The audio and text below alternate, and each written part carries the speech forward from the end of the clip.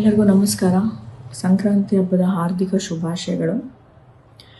ಸಂಕ್ರಾಂತಿ ಹಬ್ಬದ ದಿನ ಈ ಥರ ಒಂದು ವಿಡಿಯೋ ಮಾಡೋ ಪರಿಸ್ಥಿತಿ ಬರುತ್ತೆ ಅಂತ ನನಗೆ ಗೊತ್ತಿಲ್ಲ. ಯಾಕಂತಂದರೆ ನನ್ನ 3 ವರ್ಷದ ದುಃಖ ನೋವು ಯಾರ ಹತ್ರನೂ ಹೇಳ್ಕೊಳಕ್ಕಾಗದೆ, ಯಾರ ಹತ್ರನೂ ಕೂಡ ಶೇರ್ ಮಾಡ್ಕೊಳಕ್ಕಾಗದೆ ನನ್ನಲ್ಲೇ ನಾನು ಇಟ್ಕೊಂಡು ತುಂಬ ಹೋರಾಡ್ತಾ ಇದ್ದೆ. ನಾನು, ನನ್ನ ತಂದೆ ತಾಯಿ 3 ಜನ ತುಂಬ ಹೋರಾಡ್ತಾ ಇದ್ವಿ.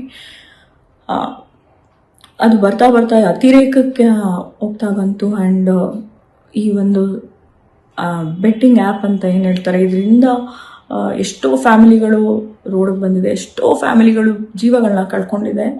ನನ್ನ ಫ್ಯಾಮಿಲಿನೂ ಕೂಡ ಅದರಲ್ಲಿ ಒಂದು ಅಂತ ನಾನು ಹೇಳ್ತೀನಿ. ಯಾಕಂತಂದರೆ ನಾನು ನನ್ನ ತಂಗಿ ಆಲ್ಮೋಸ್ಟ್ ಸಪ್ರೇಟಾಗಿ 3 ಇಯರ್ಸ್ ಆಯಿತು. ಯಾರ ಸಂಪರ್ಕದಿಂದ ನಾವು ಒಂದು ಹೇಳ್ತಾರಲ್ಲ ಸಹವಾಸ ದೋಷ ಅಂತ, ಸಂಪರ್ಕ ಮಾಡಿಕೊಂಡು ಏನೋ ಮಾಡ್ತೀನಿ ಅಂತ ಅದೆಲ್ಲ ಮಾಡ್ಕೊಂಡ್ವಿ. ಅವ್ರವರು ಮಾಡಿಕೊಂಡು ಆಕೆನೂ ಕೂಡ ಅದರಿಂದ ಹೊರಗೆ ಬರೋಕ್ಕಾಗದೆ ಮನೆಯಿಂದನೂ ಹೊರಗೆ ಹೋಗಿ ಆಕೆಗೂ ಅವರೆಲ್ಲ ತುಂಬ ಹಿಂಸೆ ಮಾಡಿ ಒಂದಿನ ಒಬ್ಬರು ಸ್ನೇಹಿತರ ಮುಖಾಂತರ ಹಿಂಗೆ ಆಗ್ತಿದ್ದಾವೆ, ಹಿಂಗೆ ಮಾಡ್ತಿದ್ದಾಳೆ ಅಂತ ಗೊತ್ತಾದಾಗ ಕೇಳಿದಾಗ, ಇಲ್ಲ ನಂಗೆ ಈ ಥರ ತುಂಬ ಹಿಂಸೆ ಮಾಡ್ತಿದ್ದಾರೆ, ಇಷ್ಟೆಲ್ಲ ಈ ಥರ ನಾನು ಹಿಂಗೆ ಬೆಟ್ಟಿಂಗ್ ಆ್ಯಪಲ್ಲಿ ಕಳ್ಕೊಂಡಿದ್ದೀನಿ. ಹಾಗೆ ನಾನು ಇಂಡಸ್ಟ್ರಿನಲ್ಲಿ ಇಷ್ಟು ವರ್ಷ ಕೆಲಸ ಮಾಡಿರೋದಿರ್ಬೋದು, ಅಪ್ಪ ಒಂದು ಗೌರ್ಮೆಂಟ್ ರಿಟೈರ್ಡ್ ಆಫೀಷಿಯಲ್, ಅವರು ಎಲ್ಲನೂ ನೀರಿನಲ್ಲಿ ಹೋಮ ಹಾಕಿದಂಗೆ ಒಂದು ಬೆಟ್ಟಿಂಗ್ ಆ್ಯಪನ್ನು ಮಾರಿಗೆ ಬಲಿ ಆಗಿದೆ ನಮ್ಮ ಫ್ಯಾಮಿಲಿ. ಇದನ್ನ ಎಲ್ಲೂ ಹೇಳೋಕ್ಕಾಗದೆ 3 ವರ್ಷದಿಂದ ನಾವು ತುಂಬಾ ನನ್ನ ಮನಸ್ಸಲ್ಲೇ ಇಟ್ಕೊಂಡಿದ್ದೆ. ಎಲ್ಲರೂ ಕೇಳ್ತಿದ್ರು, ಯಾಕೆ ಫೋಟೋ ಹಾಕ್ತಲ್ಲ, ಏನು ಆಗ್ತಲ್ಲ, ಎಲ್ಲಿ ಹೋದ್ರು, ಏನು ಇರ್ತ ಅಂತ.